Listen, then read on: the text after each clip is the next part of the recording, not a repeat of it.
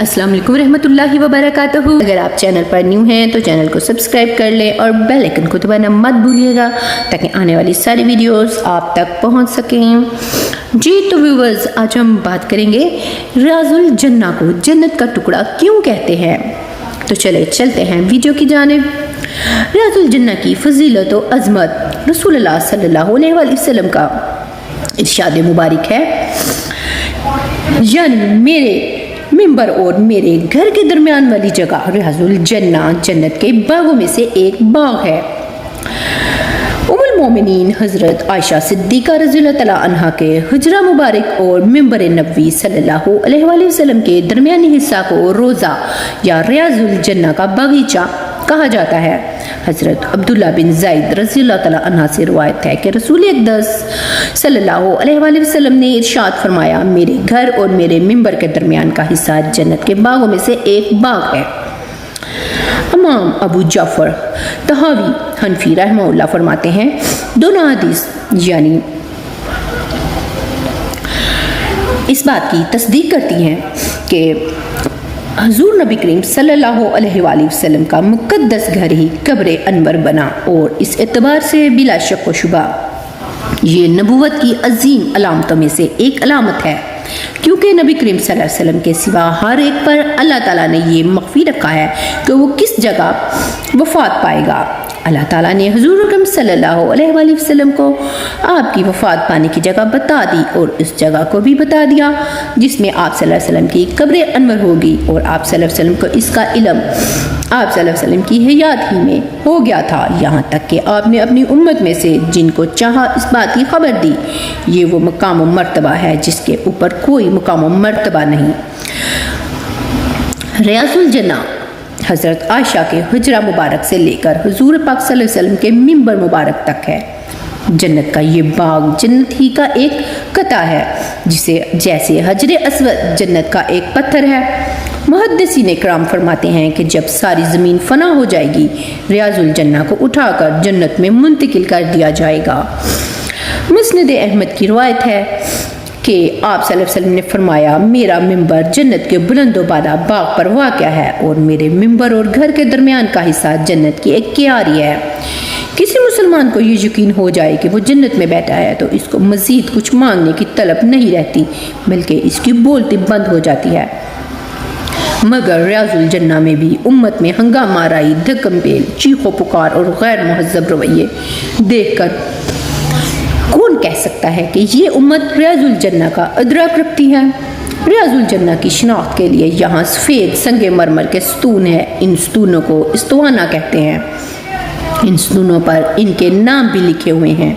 रियाजुल जन्ना के पूरे हिस्से में जहाँ सफ़ेद और हरी कलीनें बिछाई गई हैं, मिंबर रसूल सल्लल्लाहु अलैहि वसल्लम। मिंबर बनने से पहले रहमत आलम सल्लल्लाहु अलैहि वसल्लम एक खजूर के तने से टेक लगाकर खड़े होकर खुतबा दिया करते थे।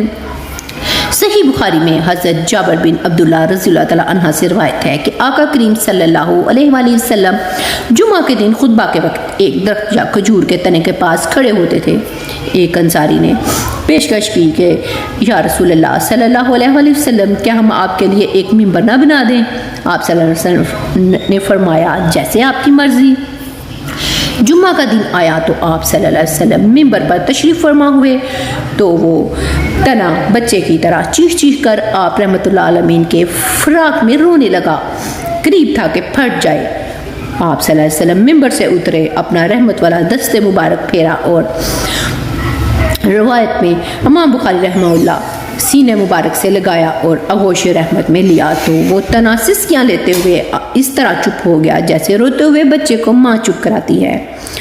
मौजूदा मिंबर की बाईं जानब एक महराब है। ये बहुत ख़ास जगह है। ये वो अजीम जगह है जहाँ पर रहमतुल्लिल आलमीन नमाज पढ़ाया करते थे।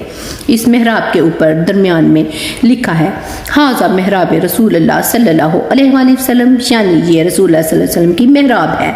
और महराब के दाने पाएँ पर लिखा है, हाज़ा मुसल्ला रसूलुल्लाह सल्लल्लाहु अलैहि वसल्लम, यानी ये रसूलुल्लाह सल्लल्लाहु अलैहि वसल्लम की जाय नमाज है।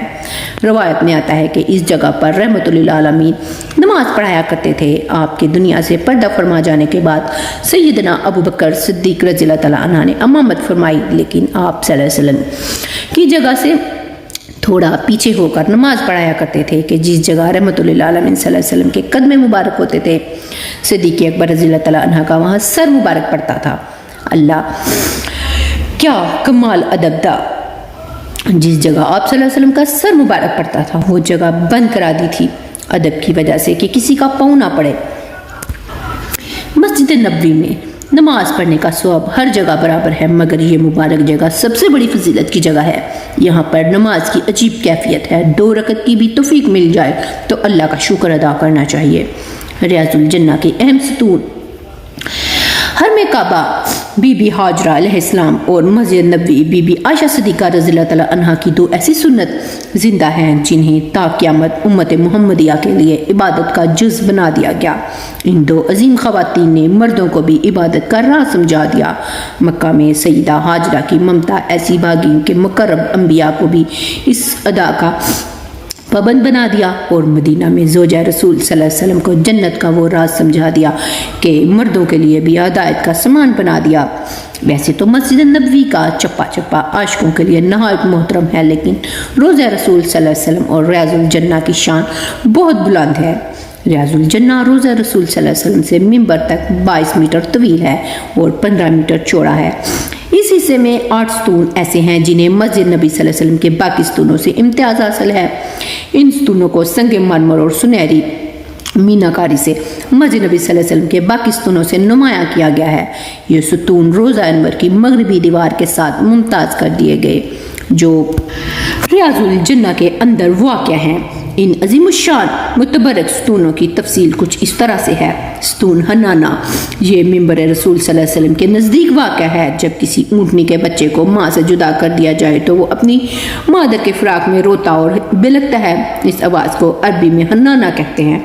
ستون ابی لبابہ روضہ رسول صلی اللہ علیہ وسلم کے بالکل سامنے واقع ہے، اسے ستون توبہ بھی کہا جاتا ہے۔ اس ستون کی وجہ تسمیہ کچھ اس طرح سے ہے کہ جب مسلمان ہجرت کر کے مدینہ آئے تو وہاں پہلے سے بہت زیادہ یہودی موجود تھے۔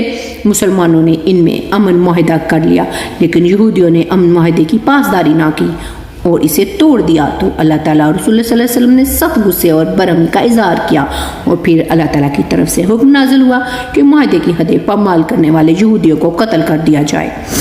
حضرت ابو لبابہ مدینے کے پرانے رہائشی تھے، ان کے یہودیوں کے ساتھ دوستانہ مراسم تھے۔ انہوں نے ہر چیز جا کر یہودیوں کو بتا دی اور ہاتھ کے اشارے سے گردن کی طرف اشارہ کیا کہ آپ سب کے گلے کاٹے جائیں گے۔ بعد میں انہیں اپنی غلطی کا احساس ہو گیا اور انہیں ایسا نہیں کرنا چاہیے تھا۔ اپنی اس غلطی پر وہ اتنے زیادہ شرمندہ ہوئے کہ احساس ندامت سے زمین میں گڑے جا رہے تھے۔ انہوں نے اپنے آپ کو اللہ اور اس کے رسول صلی اللہ علیہ وسلم کا مجرم گردانتے ہوئے مسجد نبی صلی اللہ علیہ وسلم نے ایک کھجور کے درخت کے ساتھ رسیوں سے باندھ دیا اور پھر اللہ کی بارگاہ میں گڑ گڑا کر اپنی غلطی کی معافی مانگنے لگے۔ ان کا کہنا تھا کہ جب تک اللہ مجھے معاف نہیں کرے گا میں اس طرح اپنے آپ کو رسیوں سے باندھے رکھوں گا۔ پھر اللہ تعالیٰ نے انہیں معاف کر دیا۔ ستون سریر، اس کا مطلب ہے کہ سونے کی جگہ، یہ وہ جگہ ہے جہاں رسول اقدس صلی اللہ علیہ وسلم نے اعتکاف فرمایا۔ اس جگہ آپ کا بستر مبارک بچھا ہوتا تھا۔ اس بستر پر اکثر سرور کائنات صلی اللہ علیہ وسلم آرام فرماتے تھے۔ ستون وفود، اس جگہ مدینہ سے باہر آئے ہوئے وفود آپ صلی اللہ علیہ وسلم سے ملاقات کرتے اور دین اسلام کے متعلق انہیں آقائے دو جہاں صلی اللہ علیہ وسلم تبلیغ فرماتے۔ ستون حضرت علی، اس جگہ حضرت علی المرتضیٰ کرم اللہ وجہ الکریم اکثر نماز ادا کیا کرتے تھے۔ ستون تہجد، یہ ستون اصحاب صفا کے چبوترے کے سامنے اور حضرت فاطمہ رضی اللہ عنہا کے حجرے کے کونے پر واقع ہے۔ اس جگہ نبی کریم صلی اللہ علیہ وسلم نماز تہجد ادا فرماتے، اس لیے اس کا نام ستون تہجد ہے۔ ستون جبرائیل، اس جگہ سے حضرت جبرائیل علیہ السلام داخل ہو کر نبی کریم صلی اللہ علیہ وسلم کی خدمت میں حاضر ہوا کرتے۔